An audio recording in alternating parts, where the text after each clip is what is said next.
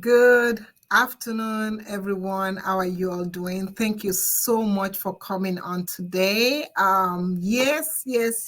So today I am going to be talking about essential oils and we're going to dive right into it. So, what are essential oils? And I'm actually going to be using an article that I found that was very helpful. It kind of summarized everything I wanted to talk about, and it's from Healthline website, and this is what it looks like. So let me just bring up the website. You can go and you can read the website yourself. Right over here is from Healthline website, and it talks about essential oils 101, finding the right one for you, and you can also incorporate it into using it for your hair. So that is where I'm taking the information from today. So that's my disclaimer. We're always learning. Essential oils are very good for your hair. They are very potent, very strong. So a question that I got yesterday from a young lady was, how many drops of essential oils do I need to put when I'm mixing up my oil? So a lot of people will make their own oils. So this is a mixture of oil that has been made and manufactured. It does have essential oils, but you yourself, you can actually make your own oils. You can put things like castor oil in it. Castor oil is not an essential oil. Sweet almond oil, jojoba oil, these are carrier oils. So let's start off with essential oils. Now, what are essential oils? So essential oils are basically very potent oils. Before you get started using essential oils, you have to know that when you are applying this kind of oils on your body, on your scalp, you need to always use a carrier oil, as I mentioned. Some other examples of carrier oils are like coconut oil, extra virgin olive oil, avocado oil, grapeseed oil, those oils. And before you use it, always do a patch test on your skin. I normally will do for my clients, I'll do a patch test right over here. Okay. So right over here, I'll do a patch test. Why do I do a patch test in this area? Because this area normally has a lot more hair, some form of hair in most people, most cases. I'm not going to do a patch test on the full hair because if something happens, I don't want their hair to fall out. Now, essential oils, unlike carrier oils like coconut oil that are consumable, coconut oil, you can actually eat coconut oil or do oil pulling, which is put it in your mouth, use it to squish your mouth, and it can help with your gum and teeth. Essential oils are toxic, so you do not want to use essential oil in your mouth unless your doctor said you can. Next, you also want to buy pure essential oil. What do I mean by pure? And I'll explain this to you. Now, sometimes you go to the store and you say you want to buy essential oil. Let's say this is now rosemary oil, right? So you go to the store and you say you want to buy rosemary oil. You go online, you search for rosemary oil, okay? If you're not making your own, sometimes when you go to the store and you buy your rosemary oil and you then look at the ingredient list of the rosemary oil, you might see other things in that ingredient list. And you might see that it has other ingredients in there. So always make sure you check and make sure that it has just pure rosemary oil. As you can see, the ingredient right here says 100% pure rosemary oil, 100%. You want it to be pure rosemary oil. So make sure whenever you buy these oils, they are pure. If you're looking to get into using essential oil, you don't know what to do, let's talk about the different most common essential oils. So common essential oils you have are lavender oils, which you can mix with other oils. They can help you with your hair. They can also help you to sleep well. They can help you with headaches. They can help you with itchiness, or even if you have a bug bite, they can also help you. The thing that you should be careful about essential oils also is like if you're pregnant, please contact a doctor before you start using essential oil. Next, you also want to know that some essential oils do have side effects. So for example, lavender oil, I use it when I do my laundry. So I put a little bit on my dryer balls and it makes my laundry and my clothes always smell like lavender. So my clothes, if you come and smell me, and I've not put on perfume, my clothes always smells like lavender, which I absolutely love. But the thing is that it can also make you nauseous if you put too much, give you headache and chills and even vomiting. If you have a skin irritation, just be mindful of not using too much rosemary oil, right? So other, no, lavender oils, lavender oils. Other oils that you can also get are different, just chamomile oil, different oils for your hair, for your health and stuff.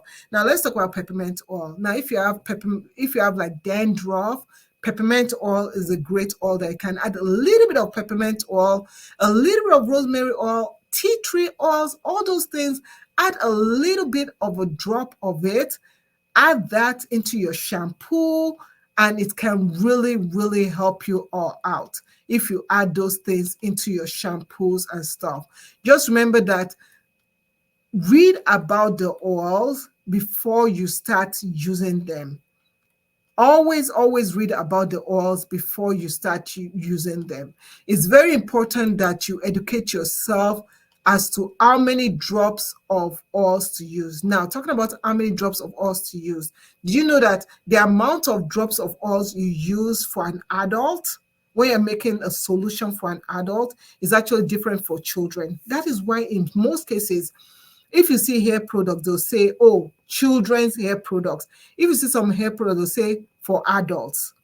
Because for adults, you can take carrier oil, you can take 7 teaspoons of carrier oil and add 15 drops of essential oils. And for an adult, that might be fine. However, for a child, 7 teaspoons of carrier oil goes for half. So you just add like 5 drops, just tiny drops into a solution when you're making hair products for children, because children, the way their system is still growing, they're still young. So you have to be very, very careful when you are using making hair products for your children and stuff. So what are 9? I'm going to give you 9 hair essential oils, 9 essential oils for the hair. So some essential oils, as Healthline says, may benefit by speeding hair growth, improving scalp health, and improving texture. According to Healthline, essential oils which are extracted from plants do a great job at doing that. Okay, so what are those oils? Lavender oil is one such oil. So whenever you're making your oil mixture, add a few drops of lavender oil. You can take a few drops of lavender oil with 3 teaspoons. When I say few drops, I mean like 5 drops with 3 tablespoons of carrier oil, like olive oil, melted coconut oil, and you can mix it together, apply it to your scalp, leave on for at least 10 minutes or overnight, and then shampoo and wash off. If you're someone that you wash your hair regularly during the week, you can do this several times during the week, it is fine, or once a week, it is fine. You can also use peppermint oil. So peppermint oil has been known to also help with the circulation of blood. It gives you that tingling effect. And it also helps to promote hair growth during the growing phase, which is known as anagen. So during the growing phase, you can use peppermint oil to stimulate hair growth. So how do you use that? You can take 2 teaspoons, two drops of that, mix it in your carrier oil, massage on your scalp, leave on and wash off. Or you can also mix an oil mix with this. Rosemary oil helps with thickening and also hair growth retention.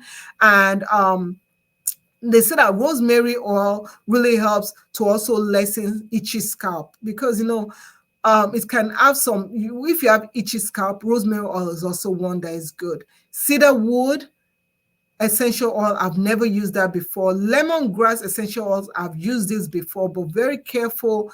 Always don't use it and leave it in your hair because it can change your hair color. There's some essential oils like lemon essential oil. When you mix lemon with your hair product, it will change your hair color.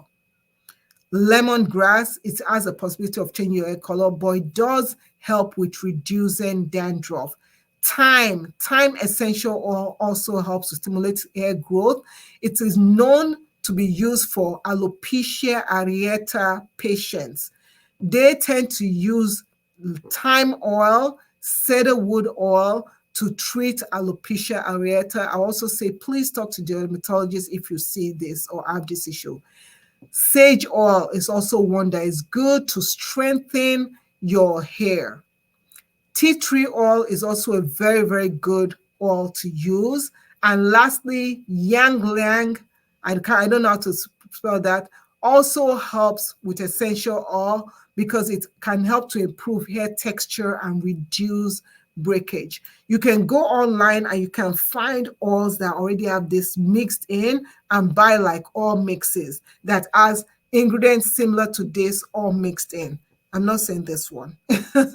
So I hope this helps you out. Thank you so much for watching. If this has helped you out, please follow suit and follow me. And please also know that I do have a newsletter that I bring out weekly. And in that newsletter, I'm able to also do giveaways to give away some of these products that I've shown in upcoming weeks to come as you come to my class and as you participate. Yeah, that is how you do it. So how do you enter my newsletter? I'll drop the link in the comment area and hopefully you guys can join me there. Please subscribe and I'll see you in another video. Thank you so much for watching and I'll see you later. Bye.